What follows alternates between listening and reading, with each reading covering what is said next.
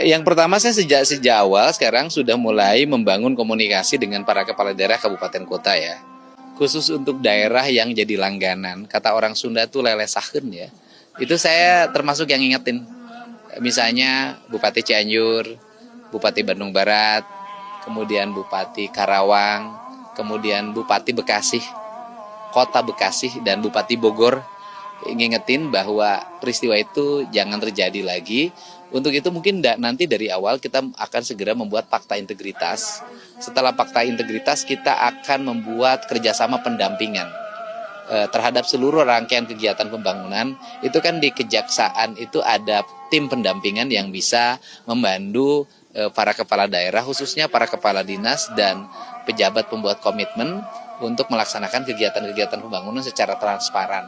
Dan sebenarnya apa yang saya sampaikan selama ini melalui media sosial itu kan sebenarnya bagian dari membangun transparansi agar publik punya kepercayaan yang tinggi dengan melakukan pola perubahan. Tetapi harus diingat juga bahwa proses korupsi itu jangan hanya dipahami oleh hilangnya uang negara atau kurangnya volume pekerjaan. Tetapi juga korupsi itu kan bisa menjadi akal-akalan administratif. Saya memberikan contoh misalnya pembangunan jalan kurang volume pekerjaannya misalnya dari 100 km itu kurang volume 5%. Barangnya masih ada, masih dinikmati oleh warga. Tapi kegiatan bikin alat tulis kantor, kegiatan-kegiatan yang bersifat imajinatif ya seminar-seminar, sosialisasi, fasilitasi, kunjungan kerja, studi banding dan sejenisnya, menghabiskan anggaran ratusan miliar, rakyat tidak menikmati sama sekali.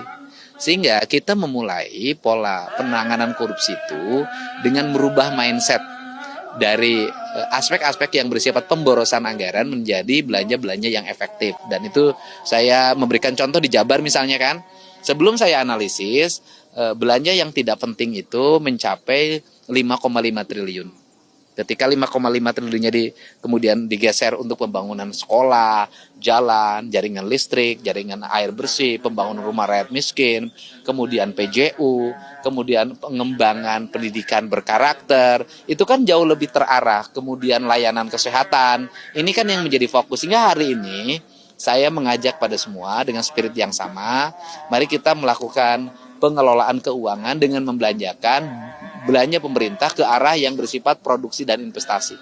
Nah, tapi Kang, urusan soal transparansi, soal kemudian ada pendampingan dari Kejaksaan atau dari KPK, itu sudah dari lama sudah kita dengar juga, baik itu dari KPK ataupun juga dari Kejaksaan. Tapi rantainya nggak keputus nih Kang. Ya. Masih tetap ada pihak swasta yang iseng supaya dapat tender, kepala daerah juga tergoda. Nah, kira-kira apa yang biar ada efek jerahnya gitu Kang? Ya, kalau gini, seluruh rangkaian dilakukan saja secara terbuka. Nggak ada masalah. Misalnya pemenang tender umumin aja sih secara terbuka. Sekarang kan belum begitu terbuka diumumin kan. Kemudian yang menang itu siapa? Kan itu sudah bisa diakses. Portalnya harus diperkuat. Nah kalau sudah portalnya diperkuat, webnya diperkuat, situsnya diperkuat gitu loh. Maka orang bisa mengakses secara terbuka, bila perlu diumumin aja di berbagai titik. Seperti kayak anggaran saya sekarang. Kan bisa tuh pada akhirnya.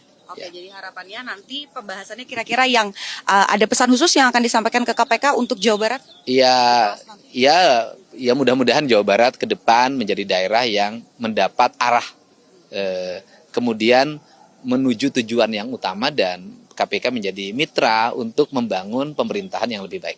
Oke, baik. Terima kasih.